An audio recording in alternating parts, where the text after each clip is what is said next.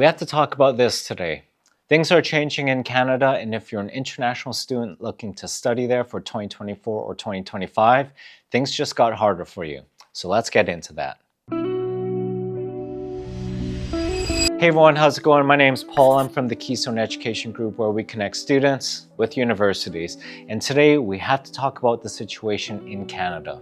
This might be old news for some of you, but for those of you who aren't aware, at the beginning of the year in January, Canada announced that it would be reducing the amount of study permits that it issues to international students down to 360,000 permits for the year. That is a 35% decrease compared to last year.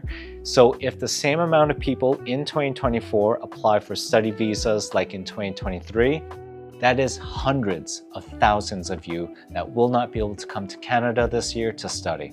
And you might be asking why? Well, Canada says it's because their international student system is currently under threat.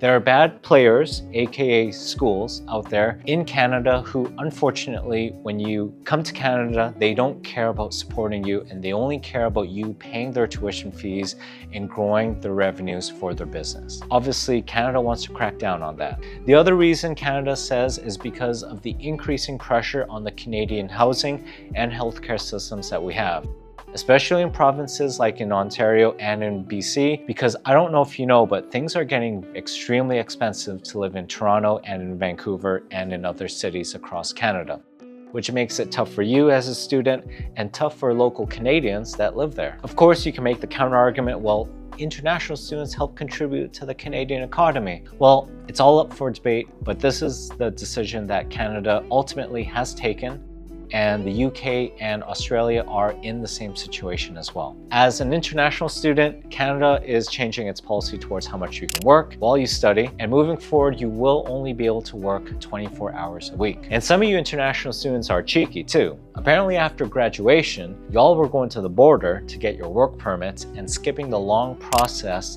that it normally takes to get a work permit for an international person. So yeah, Canada stopped that as well. All right, so what's the ultimate takeaway? Well, it's getting harder to go to Canada to study, and it's likely going to be the same situation for 2025 as well. So what should you do?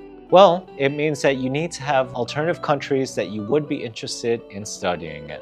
And thankfully, we made a top 10 list on the best countries to study in the world for 2024, and Canada was only number 6 on that list. So there's a video of that in the top right where you can watch and figure out where else you can go. If you are one of the international students that get to study in Canada this year, let us know down in the comments how the process was for you. And of course, I hope you enjoy Canada. And for everyone else watching, is Canada still a top choice for you to go and study? Please let us know. And where else would you consider going? As always, if you enjoyed watching this video, please give us a thumbs up and feel free to subscribe to our channel for more videos on all things studying abroad. Thanks for watching, and we'll see you in the next one.